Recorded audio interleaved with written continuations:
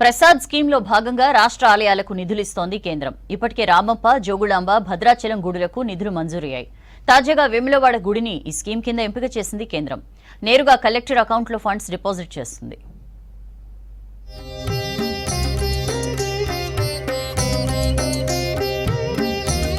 రాష్ట్రంలో ప్రముఖ దేవాలయాల అభివృద్ధికి కేంద్ర ప్రభుత్వం నిధులు మంజూరు చేసింది.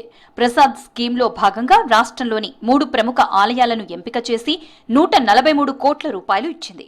రామప్పలోని రామలింగేశ్వర ఆలయం, అలంపూర్, జోగులాంబ, భద్రాచలం ఆలయంకి నిధులు విడుదల చేసింది. అలాగే వేములవాడ టెంపుల్ ని కూడా ప్రసాద్ స్కీమ్లో ఎంపిక చేసింది. రాష్ట్రంలో మరికొన్ని ఆలయాలను ఈ పథకంలో ఎంపిక చేసి నిధులు మంజూరు చేయాలని కోరుతూ దేవాదాయ శాఖ ప్రతిపాదనలు సిద్ధం చేస్తుంది.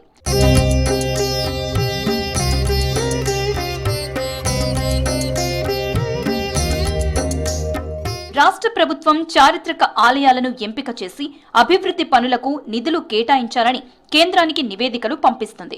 కేంద్రం పరిశీలించి ప్రసాద్ స్కీమ్లో ఆలయాలను ఎంపిక చేసి నిధులు అలాట్ చేస్తుంది. ఈ నిధులను నేరుగా కలెక్టర్ అకౌంట్లో జమ చేస్తుంది. ఆలయాల్లో చేపట్టాల్సిన పనులు, ఏ పనులకు ఎంత కేటాయించాలో ఆలయ అధికారులు, దేవాదాయ శాఖ ప్రణాళికలు రూపొందిస్తారు. ఎంపిక చేసిన నిధులకు కలెక్టర్ విడతల వారీగా నిధులు మంజూరు చేస్తారు. పనులు కలెక్టర్ పర్యవేక్షణలో కొనసాగుతాయి.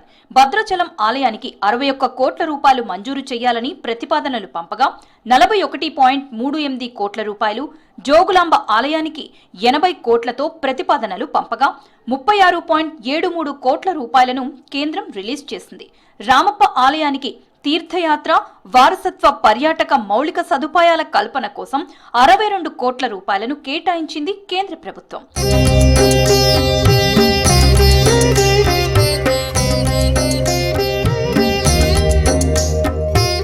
తాజాగా వేములవాడ రాజరాజేశ్వర స్వామి దేవస్థానం ప్రసాద్ స్కీమ్లో ఎంపికైంది.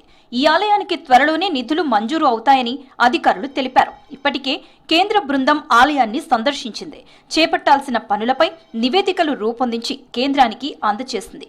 ఈ పథకంలో కేటాయించిన నిధులతో ఆలయాల్లో అభివృద్ధి పనులు, భక్తులకు సౌకర్యాలు కల్పించనున్నారు. అతిథి గృహాలు, అన్నప్రసాద భవనాలు, క్యూ కాంప్లెక్స్లు వంటి అభివృద్ధి పనులు చేపట్టనున్నారు.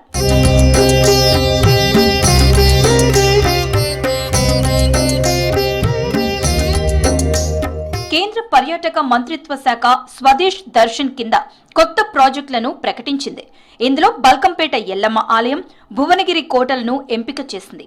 ఈ ఆలయ ప్రాంగణంలో 4.4 కోట్ల రూపాయలతో అన్నదాన భవనం, వర్షపు నీటి సంరక్షణ, డ్రైనేజీ వ్యవస్థ, బయో టాయిలెట్స్, కాంపౌండ్ వాల్స్, గేట్లు, సీసీటీవీలు, ఫోకస్ లైట్లు, కేఫెటేరియా వసతులకు నిధులు కేటాయించనుంది. భువనగిరి కోటకు సరికొత్త అందాలు సంతరించుకునేలా 56.81 కోట్ల రూపాయలతో గైడెడ్ టూర్లు, లైట్ షోలు, రోప్వే, ఇంటర్ప్రిటేషన్ సెంటర్ సౌకర్యాలు కల్పించనుంది. 38 కోట్లతో వికారాబాద్ జిల్లా అనంతగిరి హిల్స్ ప్రాంతాన్ని ఎకో టూరిజంగా అభివృద్ధి చేయనుంది కేంద్రం.